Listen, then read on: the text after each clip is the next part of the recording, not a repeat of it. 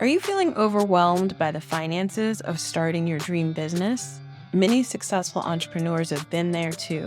But here's the secret. Financial literacy is your superpower. As Michelle Obama once said, success isn't about the lack of failure, it's about the rebound. It's about how quickly you can dust yourself off and keep moving forward. With the right knowledge and resources, you can build a thriving business empire brick by financial brick. Today's episode equips you to do just that. We'll break down financial planning, budgeting, and finding the funding you need to make your dream a reality. Welcome to Being Unbothered, a resource for Black women who are tired of dealing with racism and discrimination and instead are living their lives unapologetically. Think of your financial plan as a GPS guiding your business to success. So let's break it down. Number 1, startup costs. This is the money you need to get started. This includes equipment, supplies, website fees, marketing materials, etc. Number 2 are operating expenses. These are your ongoing costs to keep your business running, like rent, utilities, and internet. And 3, sales forecast. This is an educated guess of your income from sales. Consider your target market and pricing strategy. Here's an example of financial planning in action. Take the story of Jessica, a talented baker who launched a custom cake business from home. By creating a detailed financial plan, Jessica identified her startup costs, ovens, ingredients, packaging, and operating expenses, rent for a commercial kitchen space, utilities. She also researched her target market, wedding planners, event coordinators, and created a realistic sales forecast based on average order values and projected number of orders. This financial roadmap helped Jessica secure a small business loan and launch her thriving bakery. And here are a few additional tips for your financial plan. Firstly, create realistic financial projections. Don't overestimate your revenue or underestimate your expenses. Next, develop contingency plans. What happens if sales are lower than expected? Having a plan B can help you weather unexpected challenges. Now, let's talk budgeting. This is your secret weapon to keeping spending on track. Here's how. Start by tracking your income and expenses. Use a budgeting app designed for small businesses. Here are some options which I'll also link below in the description box. First, HoneyBook. HoneyBook is designed for freelancers with features like invoicing, expense tracking, and project management.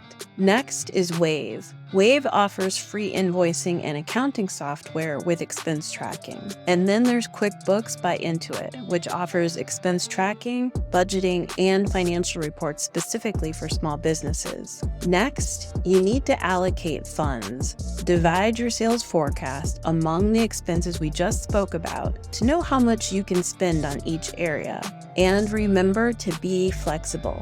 Things change, so be prepared to adjust your budget as needed. Okay, let's see how budgeting can help you avoid common pitfalls. Imagine Sarah, a graphic designer who just started her own business. By creating a budget, Sarah could track her expenses on software subscriptions, marketing materials, and freelance fees. She realized she was spending more than she anticipated on marketing and was able to adjust her budget to allocate more funds toward essential design software. This proactive budgeting helped Sarah stay profitable and grow her design business.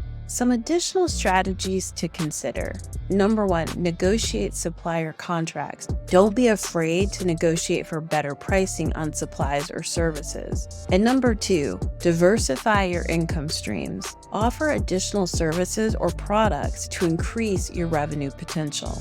Okay, next, let's move on to funding your dreams. As many of us already know, traditional bank loans can be tough, but there are amazing options. Here's a breakdown of each with its pros and cons. First, consider Black-owned banks. These banks understand Black entrepreneurs' needs and often have programs designed for us. Research banks like Freedom Bank. The pro of Black-owned banks is you get tailored support, but the con is you may have limited loan options.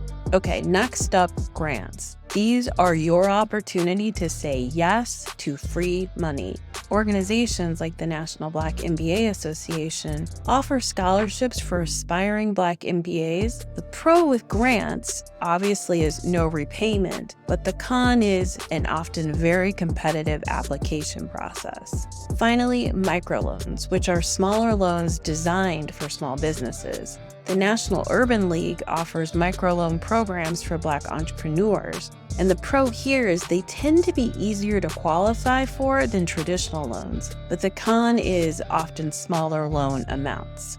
Okay, let's move on to building a strong financial team. You do not have to do all of this alone. Here are resources to strengthen your financial foundation. First, an accountant who can set you up with a bookkeeping system, file taxes, and advise on smart financial decisions. Second, a financial advisor. A financial advisor develops a comprehensive financial plan for your business and personal finances. I know managing your business finances might seem daunting, but with the right knowledge and resources, you can conquer this. Start small, research your options, and don't be afraid to ask for help. Building a thriving business is a journey, and this episode is the next step in that journey. In the comments below, share what kind of business you're planning to launch, and let's build a community of empowered Black women business owners. Remember, ladies, knowledge is power, and financial literacy is your key to success. So go out there, secure that funding, and watch your dream business flourish. And remember, as always, to stay unbothered.